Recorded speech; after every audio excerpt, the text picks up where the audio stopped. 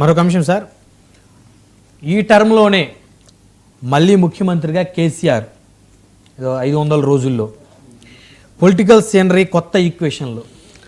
ఇదేంటో మరి జూబ్లీ హిల్స్లో ఎన్నిక జరుగుతుంది. అవును, అక్కడ గెలిచిన వాళ్ళు జూబ్లీ హిల్స్ ఎమ్మెల్యే అవుతారు.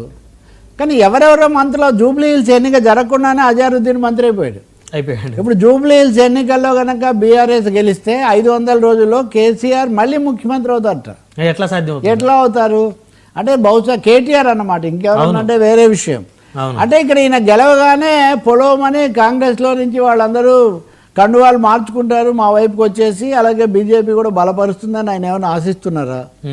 అంటే తెలంగాణ రాజకీయ సమీకరణాలు మారుతాయన్నప్పుడు దానికి ఒక భారీ ఫిరాయింపుల పర్వం ఇంకోటి ఏదైనా జరగబోతుంది అనే అంచనా మీకు ఉందా? ఎందుకంటే ఎన్నికలు జరగాలంటే ఇంకా కొంచెం సమయం పడుతుంది. 500 రోజులు మరి లెక్కేసి మరి మీరు చెప్తున్నారంటే is there any under secret plan ఏదైనా నడుస్తుంది అంతే కదా తెలంగాణలో ఏదైనా. ఇప్పుడు ఎందుకంటే బీజేపీ బీఆర్ఎస్ ఒకటే అని కాంగ్రెస్ పార్టీ 1-2 సార్లు ఆరోపిస్తుంది.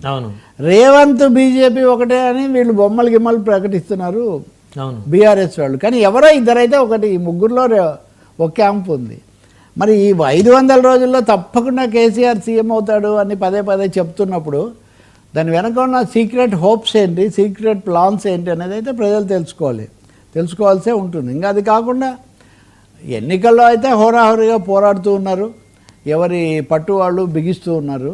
కొంచెం ఇక్కడ మళ్ళీ మత రాజకీయాలు ఇట్లాంటి కుల సంఘాల సభలు ఎక్కువగా జరపడం మటుకు ఇబ్బందికరంగా ఉంది. కులము మతం ఎప్పుడైతే ఎక్కువ వస్తుందో రాజకీయ నిర్ణయం తీసుకోవచ్చు.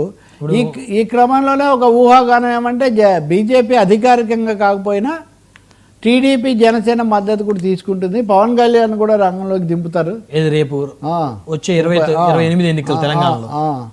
అది ఎందుకంటే సినిమా వాళ్ళు ఎక్కువ ఉంటారు కదా, రేవంత్ రెడ్డి ప్రత్యేకించి సినిమా వాళ్ళ మీద టార్గెట్గా పెట్టారు. పవన్ కళ్యాణ్ వస్తే దీనికి బాగా ఉంటుంది. సో అధికారికంగా కూటమిగా ఏర్పడకపోయినా మిత్రులు కాబట్టి చేస్తారు అని. ఇంకోటి కులపరంగా తెలుగుదేశాన్ని బలపరిచే వాళ్ళతో రేవంత్ రెడ్డి సమావేశం పెట్టినప్పుడు వాళ్ళు వెనకబడిపోతే కుదరదని వాళ్ళు కూడా చేస్తారని, అది కూడా నడుస్తుందని. అందుకే నవీన్ యాదవ్ మీద వరుసగా ఒకదాని మీద ఒకటి కేసులు ఆరోపణలు ఇవన్నీ చేస్తున్నారని చాలా హాట్గా నడుస్తుంది. ఒక ఉప ఎన్నికలా కాదు ఇది, ఒక పెద్ద గేమ్ చేంజర్ అన్న స్థాయిలోనే ఇదంతా జరుగుతుంది. జూబ్లీ హిల్స్లో సార్ ప్రతి బూత్ని ఒక్కొక్క ఎమ్మెల్యే ఆ బూత్ దగ్గరికి వచ్చి క్యాప్చర్, అంటే ఎవరెవరు ఎంతమంది ఉన్నారు ఓటర్లు గెలిపించుకోవడం కోసం 100 మంది ఓటర్లకు ఒక ఎమ్మెల్యే పెట్టాలని రేవంత్ రెడ్డి గారు అన్నారని. ఇంకోటి ఆయన హెచ్చరిక కూడా చేశారట, రే ఇక్కడ ఓడిపోతే నాకే అనుకుంటున్నారు మీరు, మీకు అందరికీ ముప్పే, కాబట్టి ఇక్కడ ఏదేమైనా కానీ గెలవాలి మనము అని చాలా గట్టిగా చెప్తున్నారని. మరి అది నిలబడుతుందా? ఇంకొకటి ఏమో సిటిజన్స్ సమావేశం కూడా జరిపారు. మాజీ బ్యూరోక్రాట్స్ అలాగే కొంతమంది ప్రముఖులు మాజీ అధికారులు. అసలు ఒక బై ఎలక్షన్కి ఎందుకు ఇంత ఇంపార్టెన్స్ ఇస్తున్నారు? ఇది 3 ఏళ్ళు మాత్రమే ఉండే ఒక ఉప ఎన్నిక. వచ్చిన అభ్యర్థి 3 ఏళ్ళు ఉంటారు. దీంతో ఏమి రాజకీయాలని తలకిందులు అవ్వడానికి ఉండదు మామూలుగా రాజ్యాంగ రీత్యా. అటువంటిప్పుడు అన్ని పార్టీలు సర్వశక్తులు జిత్తులు అన్నీ పెట్టి ఇక్కడ ఎందుకు ఇంత కావాలని అది కూడా డైవర్షన్. ఈ ఉప ఎన్నికల పేరుతో మిగిలిన అన్ని అంశాలు పక్కకు పంపించి దీని మీదే మీరు పెడుతున్నారు ఫోకస్.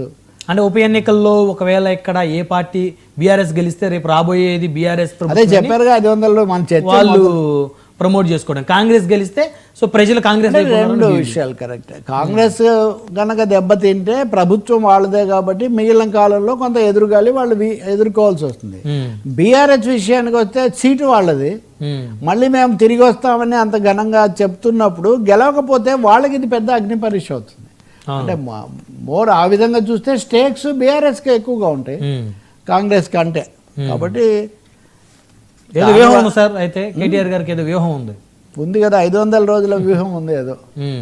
ఆ వ్యూహం కేటీఆర్కే ఉందా, మోడీకి కూడా ఉందా, ఇంకా ఎవరెవరికి ఉంది అనేది ఒక పెద్ద ప్రశ్న. నిజంగా పవన్ కళ్యాణ్ ఇక్కడికి వచ్చి ప్రచారం చేస్తారా? గతంలో 2 సార్లు కొంచెం చేశారు. అప్పుడు నిజంగా తెలుగుదేశం కాకపోయినా కనీసం పవన్ కళ్యాణ్ వచ్చి ప్రచారం చేసిన సీన్ కొంచెం రాజకీయ దృశ్యం. ఆయన చేస్తే బీజేపీకే కదా సార్ చేయాల్సింది. అంతే కదా, బీజేపీకే చేయాలి ఖచ్చితంగా. లేదా అనేక పరోక్ష పద్ధతులు అనేక. బహుశా ఈ జూబ్లీ హిల్స్కి ఇంకేం ఉండదేమో. చంద్రబాబు పవన్ కళ్యాణ్ల ప్రచారం ఇక్కడ రాజకీయంగా ఉండదు, ఎందుకంటే కూటమిగా లేరు, పైగా బీజేపీ వాళ్ళు మేము ఎవరిని అడగడం లేదు అన్నారు. అక్కడే కూటమి ఇక్కడ కాదు, అడిగితే బలపరుద్దామని చంద్రబాబు చెప్పారు. లోకేష్ మేము పోటీ చేయము, మొదటి పోటీ కూడా చేస్తారన్నారు కదా. అందుకని ఇంట్రెస్టింగ్ ఇది కూడా. మరి కమిషన్